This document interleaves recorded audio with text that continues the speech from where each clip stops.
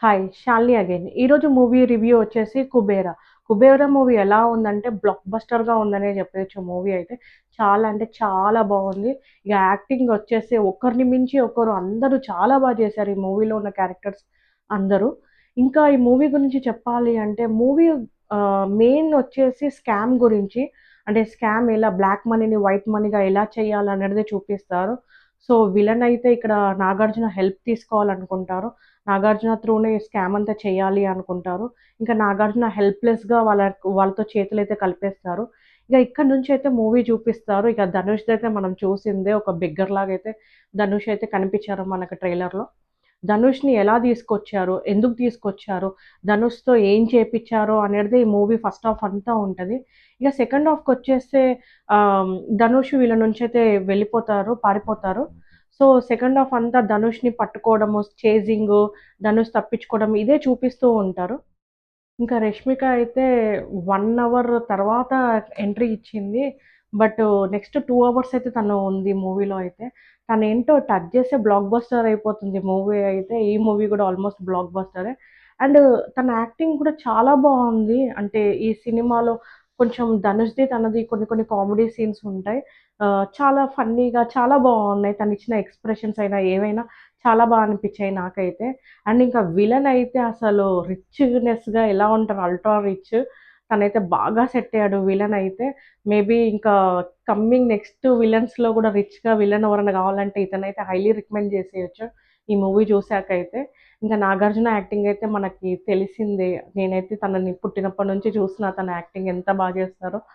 చాలా అంటే చాలా చేశాడు. ఇక్కడ ఒక సీన్ ఉంటది ఇంటర్వెల్ తర్వాత ధనుష్ నాగార్జునకు ఒక కాల్ చేస్తాడు. అక్కడ నాగార్జున నవ్వనట్టుగా ఒక నవ్వుతాడు. అక్కడైతే అసలు నేనైతే ఫ్లాట్ అయిపోయాను తనకి. అంటే కింగ్ అని తనని అందుకే అంటారేమో! ఎంతైనా ఏఎన్నార్ వారసుడు గదా! సో, తనైతే మళ్ళీ ప్రూవ్ చేసేసుకున్నాడు. ఇంకా ధనుష్ అయితే దండేసి దండం పెట్టాలి తనకైతే. అంత బాగా యాక్టింగ్ చేశాడు. అసలు జనరల్‌గా సూపర్ స్టార్‌లు ఎవ్వరూ యాక్సెప్ట్ చేయరు ఈ రోల్‌ని.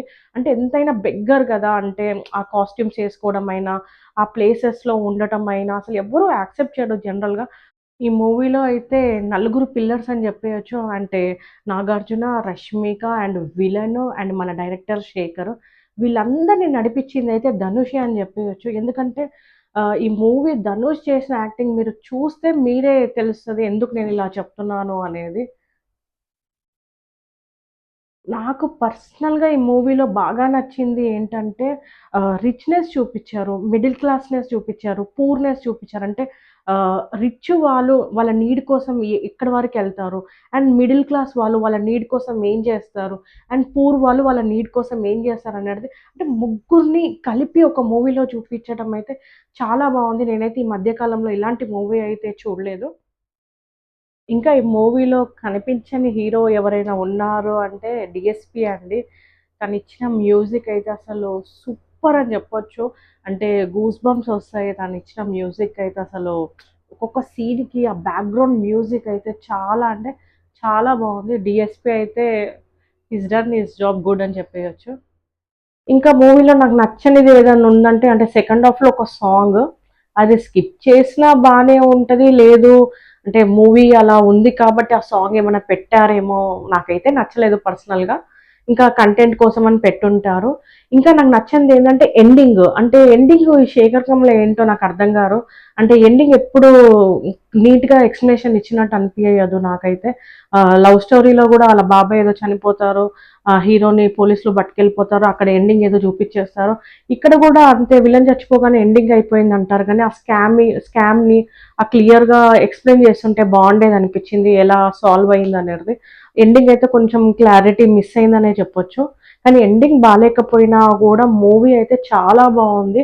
మీరు గనక మూవీస్‌కి ఏమైనా గ్యాప్ ఉంటే గనక థియేటర్‌లోకెళ్ళైతే మూవీ అయితే చూసేయండి. ఎందుకంటే కొన్ని మూవీస్ వర్త్ అండి. థియేటర్‌లో చూడాల్సిందే. పైసా వసూలు లాగానే ఉంటది. మూవీ అయితే ఓటీటీ కోసం వెయిట్ చేయకండి. థియేటర్‌లోకెళ్ళి చూసేసేయండి 'కుబేరా'. చాలా అంటే చాలా బావుంది. Thank you so much.